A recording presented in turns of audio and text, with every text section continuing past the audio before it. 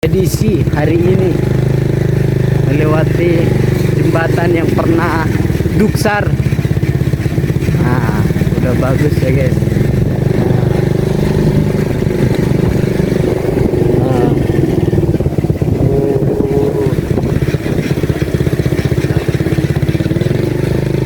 Oke guys, kita ada di Leban. Kalau kata orang rumah ini jalan Saketeng. Nah guys, saya disuruh turun. Ya guys, ya oke ayo. Di depan guys. Oke guys, nah ini jalannya kayak gini guys. Nah guys, hati-hati guys, licin guys, hati-hati. Ah,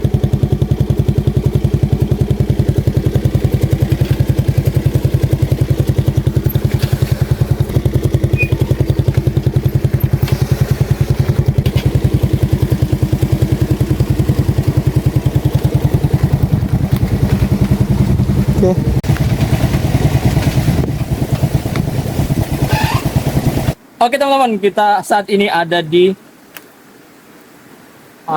sungai menuju Gunung Sabu. Menuju Gunung Sabu. Konon katanya ini adalah tempat lewatnya para naga. Apa namanya ya, naga dulu lewat di sini.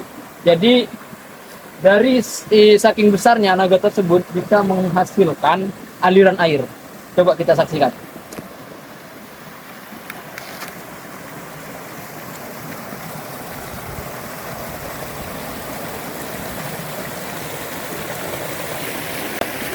Ini dulu pernah menjadi sebuah kerajaan di belakang saya. Kerajaan yang namanya, rajanya itu Fauzan Azimah, Raja Fauzan Azimah, dan permaisuri. Coba lihat.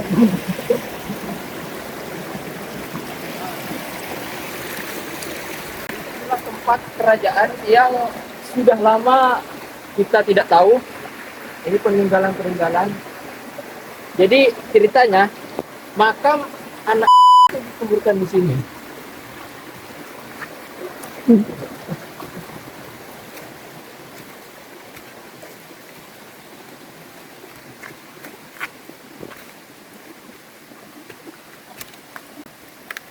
Nah, sejak Menteri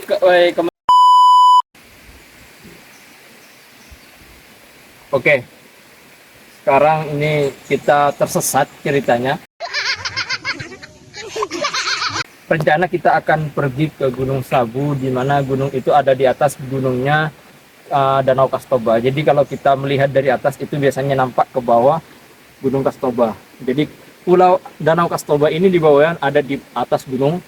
Tapi kalau kita naik ke atas Gunung Sabu, kita akan mengetahui Gunung Kastoba.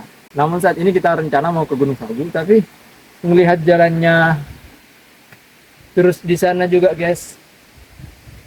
Ya, terus di sana itu kita tersesat. Jadi saat ini kita sedang tersesat di jalan yang salah. Entah gimana jalannya, tapi ingat saya pernah lewat di sini dulu. Tapi sekarang saya lupa entah lewat di mana. Intinya jalannya itu jalan setapak. Jadi jalan yang pernah orang lewati. Nggak kayak gini. Ini kayaknya nggak ada jalan gitu. Maka untuk lebih baik menghindari mistis yang ada di sini, kita kembali ke masa lalu. Walaupun karena masa lalu itu sangat indah. What?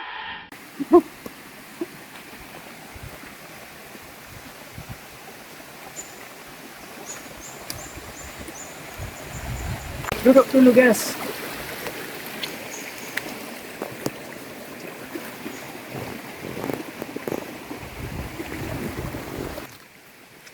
Hah?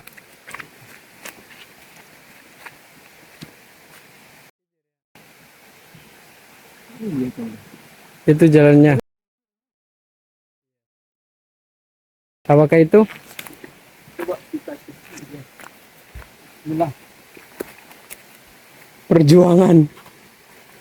Perjuangan menanti mantan yang sudah lenyap.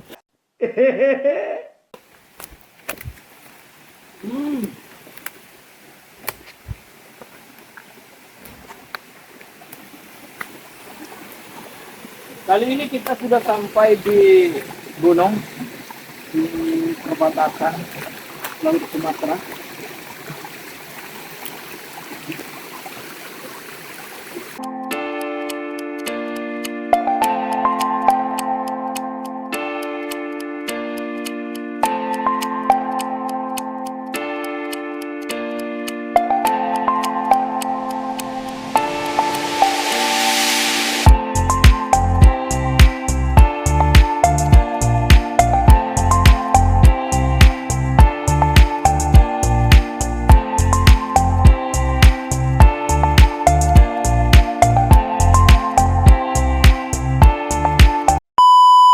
Oke, selamat datang di podcast kami.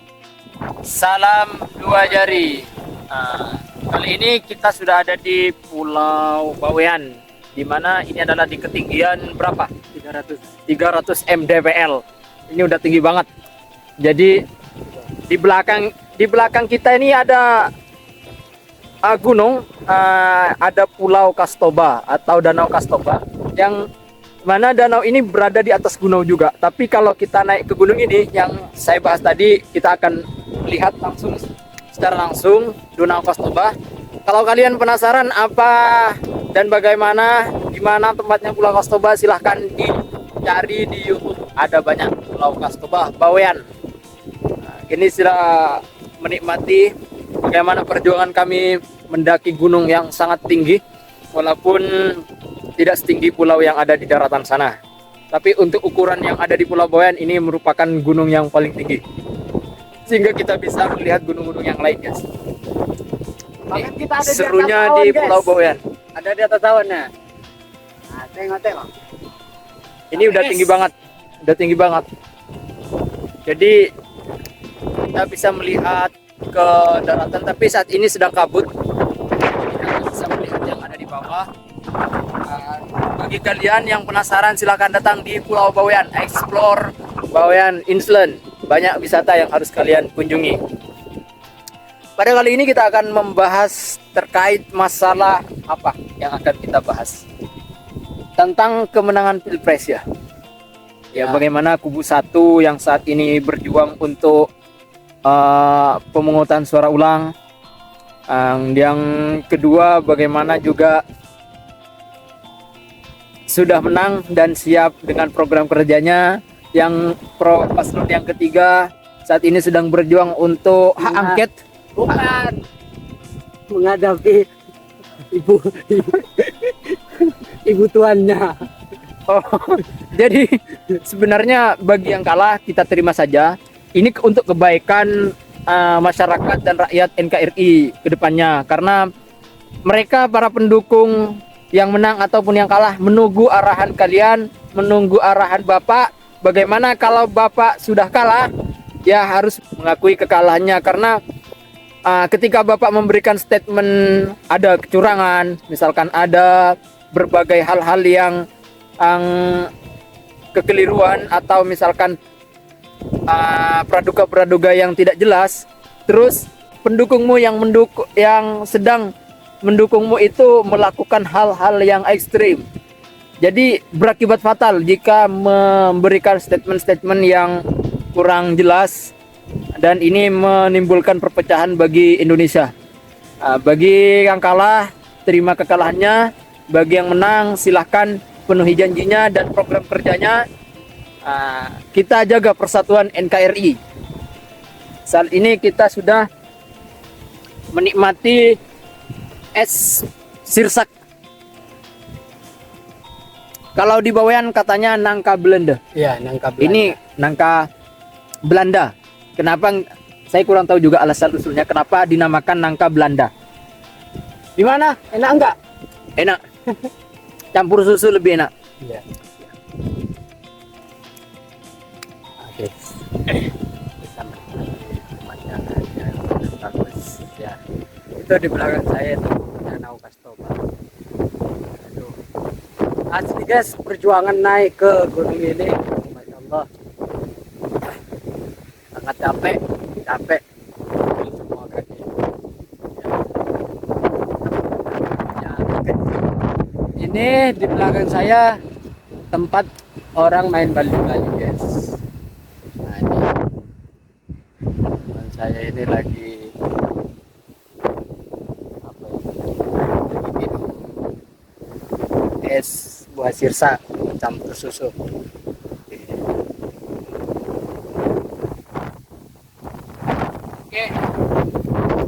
Oke guys, saat ini kita sudah membawa makanan sosis, di mana sosis ini sangat enak sekali bagi saya. Bagi kalian yang ini sosis, nah ini kita sudah membawa jauh-jauh dari bawah. Jadi kalian yang pengen sosis beli sendiri karena ini sangat mahal. Ya, ini sosis so nice. Kalau beli yang kayak gini banyak, harga murah, banyak isinya. Kalau beli yang udah jadi itu kurang banyak isinya. Kita sudah ada sambal juga. Sebelum kita membahas tentang bagaimana pilpres ke depan, kita nikmati dulu makanan ini, karena ini adalah makanan yang terenak yang pernah saya makan. Beli juga. Ya, yang pernah saya beli. Jadi kalian makanan favorit kalian mungkin berbeda-beda ya, tapi saya sarankan untuk memakan sosis ini. Ini bisa dibeli di berbagai kalangan, tidak mahal-mahal amat juga, dan juga tidak murah-murah juga. Bagi kalian yang ekonominya menengah ke atas atau ke atas, ini juga bisa beli kayak gini. Coba kalian tes dulu ya. Bismillah. Sosis tunai enak banget. Coba abangnya, dicoba dulu. Bagaimana perasaannya?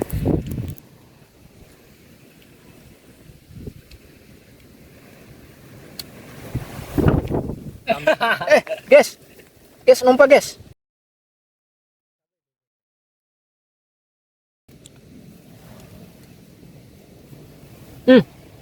Mantap.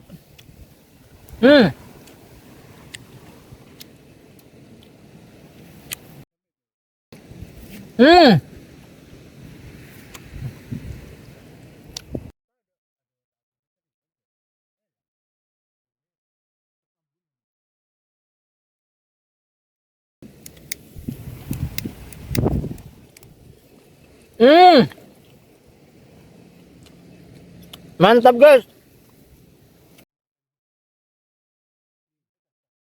Oke, kita coba sosis ya. Jadi ceritanya selama pendakian ini ternyata ini pendakian kedua saya. Jadi tadi sempat kita kesasar karena nggak tahu jalannya yang mana, tapi ternyata ada para pengembala sapi yang sedang ngarit. Kita ikutin mereka, akhirnya kita sampai lah di sini. Untuk kedua kalinya ketika nyampe sini saya tetap merasakan yang lelah yang luar biasa, karena memang ketinggiannya itu hampir sama dengan Ijen. Kalau kalian penasaran dengan Ijen di Banyuwangi, ini udah tinggi juga. Kalau Ijen ini 2 kali lipatnya dari sini.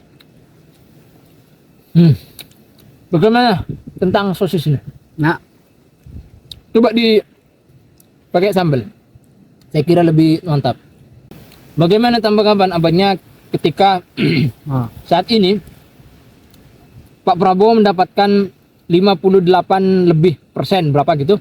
Terus Bapak Anies mendapatkan 24%. Yang Bapak Ganjar mendapatkan 16-17%. Ya. Dan saat ini dari pihak yang kalah, pihak Pak Anies dengan pihak Ganjar, pihak Ganjar itu mengusahakan agar bagaimana mencari kecurangan-kecurangan yang dilakukan oleh paslon 2. Apakah benar ini memang kecurangan? Ya mungkin ya, suara itu kan rakyat yang memilih, yang menyuarakan sendiri tanpa ada kecurangan. Ya bagaimanapun juga paslon 1 sama 3 itu harus menerima kenyataannya. Dan apalagi ya maaf ya, paslon 3 itu cuman berapa? 16, berapa gitu kan? 16, persen. persen. Ya. Itu harus terima. gitu menurut saya, karena bukan presiden yang menentukan atas jadinya dirinya ya, tapi rakyat. Saya kira begini, mereka kan ketika masa-masa kampanye kan mereka menyangka bahwa pendukung mereka banyak. Tapi ketika sudah pemilihan, yang milih kok cuma sedikit. Kemana terus mereka yang sebelumnya kampanye itu? Menurut abangnya gimana tuh? Menurut saya ya, kalau pemikiran saya kayak gini, ada kalanya orang pendukung si paslon 1 ya kan, paslon 1, anggaplah pendukungnya paslon 2, dia udah yakin apa namanya itu, udah bisa memilih paslon 2, tetapi dia ikut kampanye paslon 1 gitu. Oh, jadi cuma ingin berkumpul-kumpul ya, aja, kumpul-kumpul maksudnya aja di keramaian. Ya, sama halnya kayak waktu kampanye PDI paslon 3 itu. Oh, yang konser itu rata-rata kan di itu. Bali, di Malang, Ya. terus di Solo. Rata-rata Tahu mereka nggak? ketika diterakin kan Ganjar, Prabowo. rata-rata mereka kayak Iya. gitu kan. Jadi sebenarnya kata teman saya ini, mereka yang saat ini banyak memilih 02 itu sebenarnya sudah dari awal. Tapi kenapa yang paslon 1 mengatakan kemana pendukung kita yang banyak kok yang milih kita sedikit? Nah inilah yang hadir pada waktu itu sebenarnya pendukung nomor 2 yang akan coblos nomor 2. Saya juga sebenarnya pendukung nomor 1, cuman kayak nyoblosnya nomor 2. Itu gimana ya? Boleh nggak sih? Saya dukung nomor 1. Masyarakat akan mempunyai hak pilih. Karena dia yang mau nyoblos 1 ataupun 2 ataupun 3. Intinya terserah kita. Di mana kita ini yang menentukan sendiri pilihannya yang mana. Dan kita pun juga memilih paslon itu, memilih pemimpin itu bukan sembarangan.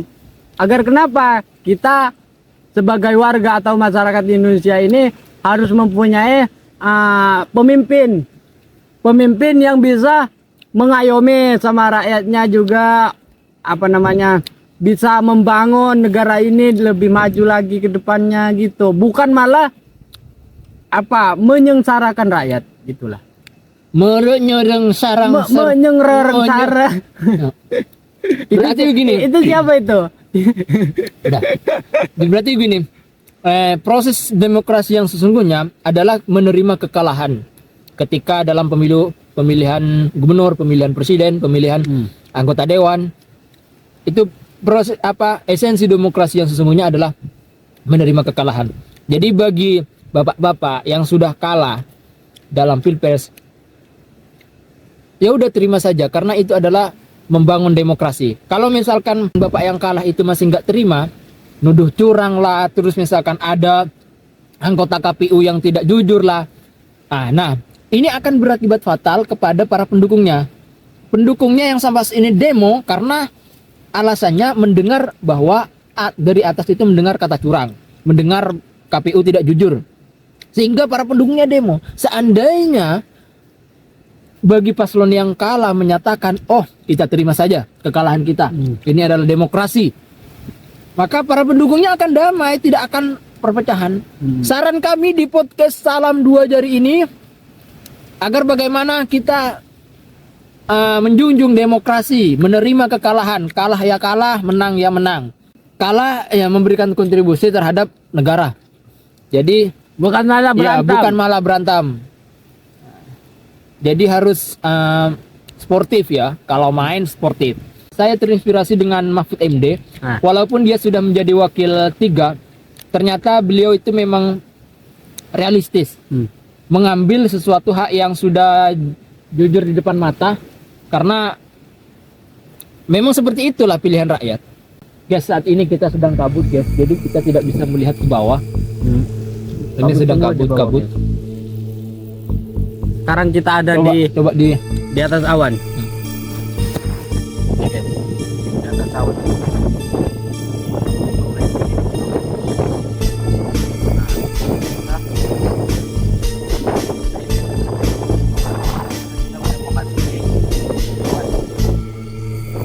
Kita ada di ya udah hampir hilang awannya guys.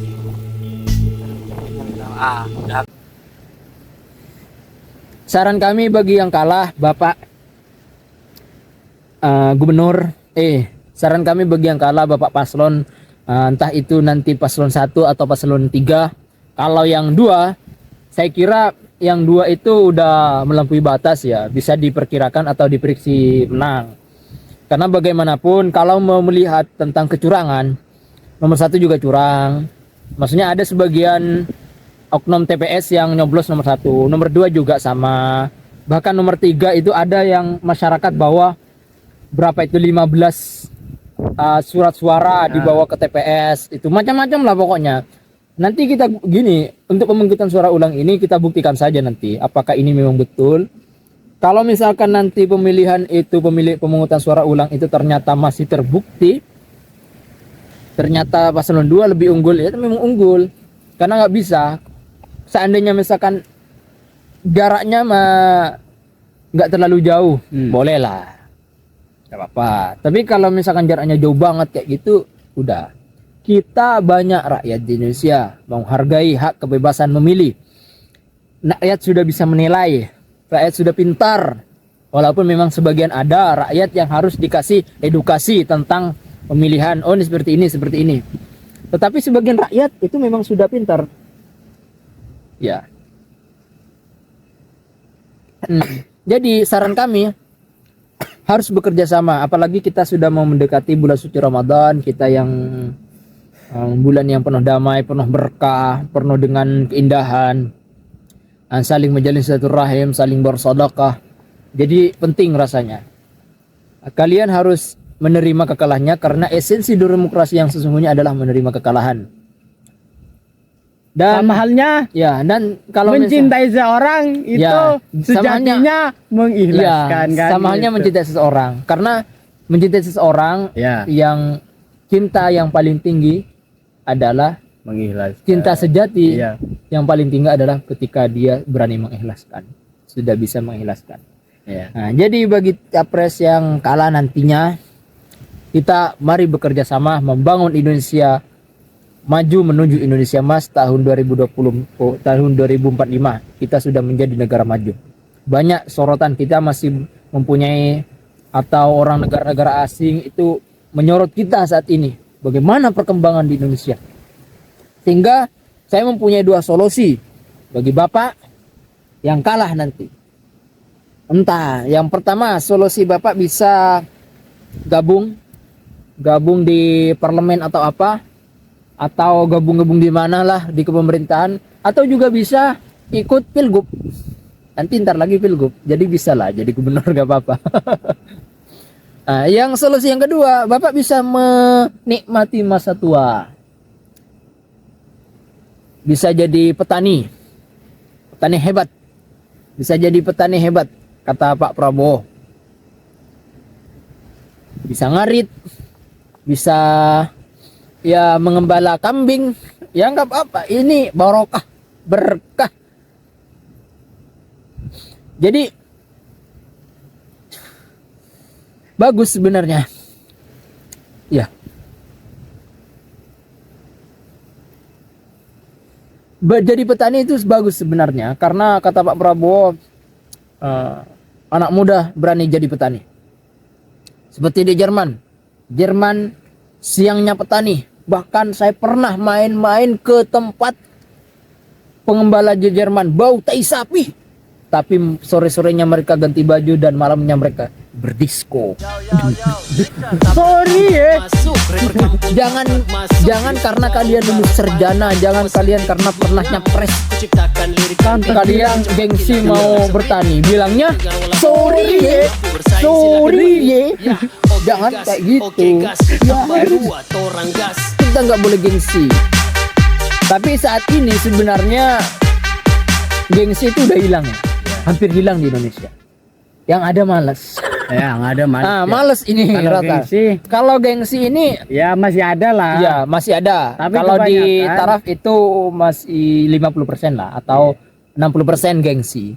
Tapi kalau males ini ya masih banyak. Jadi mereka sebenarnya yang malas bekerja, bukan mereka nggak tahu bekerja, tapi karena malas aja. Jadi khusus teman-teman yang lagi mager, apalagi yang baru lulus kuliah atau apa yang masih bingung cari pekerjaan, mereka ada dua solusi. Kalian bisa menjadi funding di depannya, menjadi tulang punggung, membantu orang tuanya apa aja lah, serabutan nggak apa-apa. Yang kedua, kalian bisa menjadi content creator. Oke. Ini saya sudah bersama dengan content creator, bapak atau abangnya Cek Mang Imang. Kalian bisa dicek di podcast Salam Dua Jari.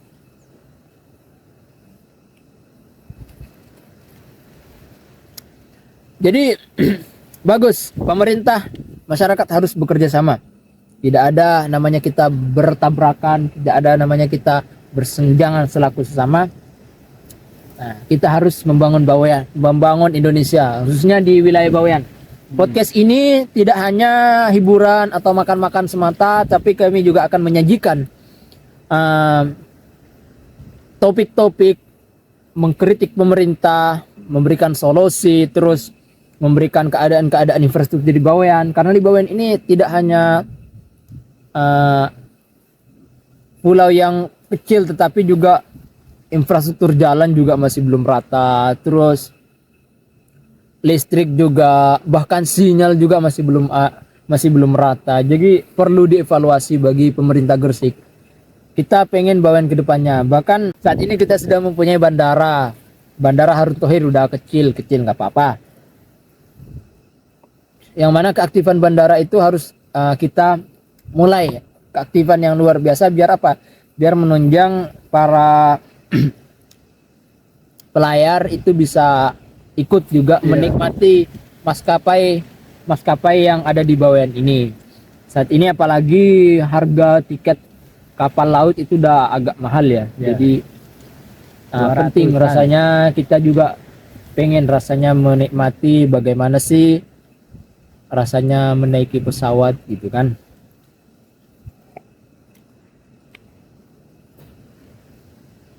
Oke, mungkin cukup sekian podcast kali ini. Nih, jangan lupa ya. Jangan lupa di subscribe di atas.